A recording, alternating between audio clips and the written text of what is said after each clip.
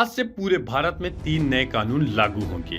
भारतीय न्याय संहिता, भारतीय नागरिक सुरक्षा संहिता, भारतीय साक्ष्य अधिनियम। इन तीनों नए कानून लागू होने से ब्रिटिश सरकार की छाप पूरे देश से लगभग समाप्त हो जाएगी, क्योंकि अभी तक अधिकतर कानून ब्रिटिश सरकार द्वारा बनाए गए ही थे और उन्हीं का पालन किया जा रहा था, जिसे अब पूरी तरीके से समाप्त कर दिया जाएगा।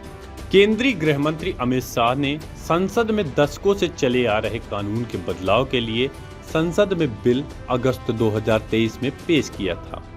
12 दिसंबर 2023 में पुराने कानून के बदलाव के लिए लोकसभा में बिल प्रस्तावित किया गया था।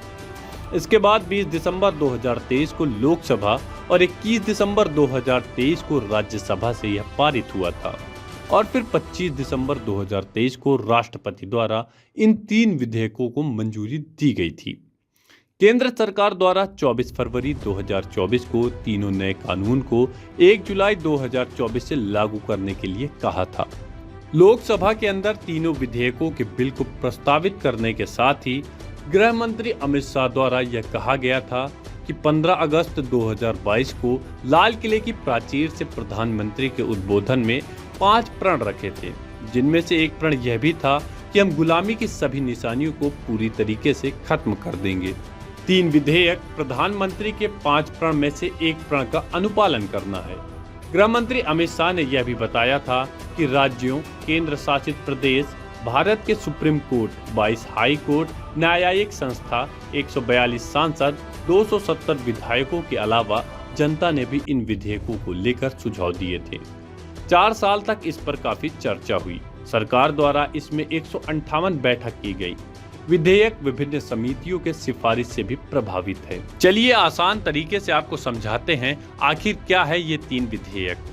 भारतीय दंड संहिता, अपराधी प्रक्रिया संहिता, पुराने भारतीय साक्ष्य अधिनियम। अब इनकी जगह लेंगे भारतीय न्याय संहिता, भारतीय नागरिक सुरक्षा संहिता और नया भारतीय साक्ष्य अधिनियम। भारतीय न्याय संहिता में यह तय होगा कि कौन सकृत अपराध है और उसके लिए क्या सजा होगी।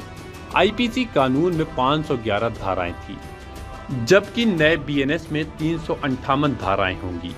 नए कानून में 21 नए अपराध को भी शामिल किया गया है। सीआरपीसी में 484 धाराएं थीं, जबकि भारतीय नागरिक सुरक्षा संहिता में 531 धाराएं होंगी। नए कानून में सीआरपीसी की 177 धाराओं को बदला गया है और 9 नई धाराएं जोड़ी गई हैं। नए कानून को लाते हुए 14 धाराएं समाप्त भी की गई हैं। गिरफ्तारी, जांच और मुकदमा चलाने आदि की प्रक्रिया सीआरपीसी में होती है। भारतीय साक्ष्य अधिनियम के तहत 170 धाराएं होंगी, जबकि अभी तक इसमें 166 धाराएं हैं। मुकदमे के सबूतों को कैसे साबित किया जाएगा, बयान कैसे दर्ज होंगे, यह सब अब भारतीय साक्ष्य अधिनियम के तहत 170 धारा के तहत ही होगा। नए कानून लाने में 24 धाराओं में बदलाव किया गया है और 2 नई धाराएं भी साक्ष्य अधिनियम में जोड़ी गई हैं। नए कानून में पुरानी 6 धाराओं को समाप्त भी किया गया है। आतंकवाद, मॉब लिंचिंग और राष्ट्रीय सुरक्षा को खतरे में डालने वाले अपराधों के लिए सजा को और भी सख्त किया गया है। नए कानून में 23 अपराधों में अनिवार्य न्यूनतम सजा के प्रावधान को भी शामिल किया गया है। 6 तरह के अपराधों में कम्युनिटी सर्विस की सजा का प्रावधान भी किया जाएगा। नए कानून में केस का निपटारा करने के लिए टाइमलाइन होगी। इसमें फॉरेंसिक साइंस के इस्तेमाल का भी प्रावधान होगा। राजद्रोह को अब अपराध नहीं माना जाएगा। नए कानून की धारा 150 के तहत एक नया अपराध जोड़ा गया है।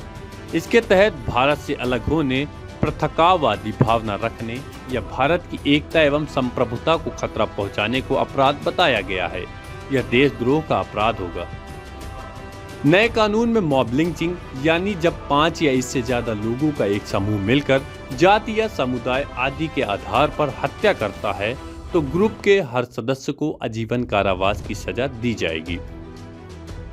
नए कानूनों में नाबालिग से दुष्कर्म करने के दोषियों को अब फांसी की सजा दी जा सकेगी। गैंग रेप के मामले में 20 साल की कैद या आजीवन कारावास की सजा का प्रावधान किया गया है। इसके अलावा नाबालिग के साथ गैंग रेप को नए अपराध की श्रेणी में रखा गया है। नए कानून में आतंकवादी कृत्य जो पहले गैर कानूनी गतिविधि अधिनियम जैसे खास कानून का हिस्सा थे, इसे अब भारतीय न्याय संहिता में शामिल किया गया है।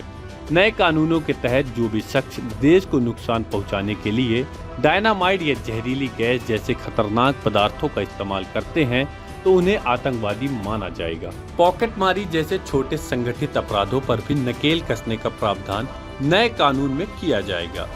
इस तरह के संगठित अपराधों से निपटने के लिए राज्यों के अपने कानून थे।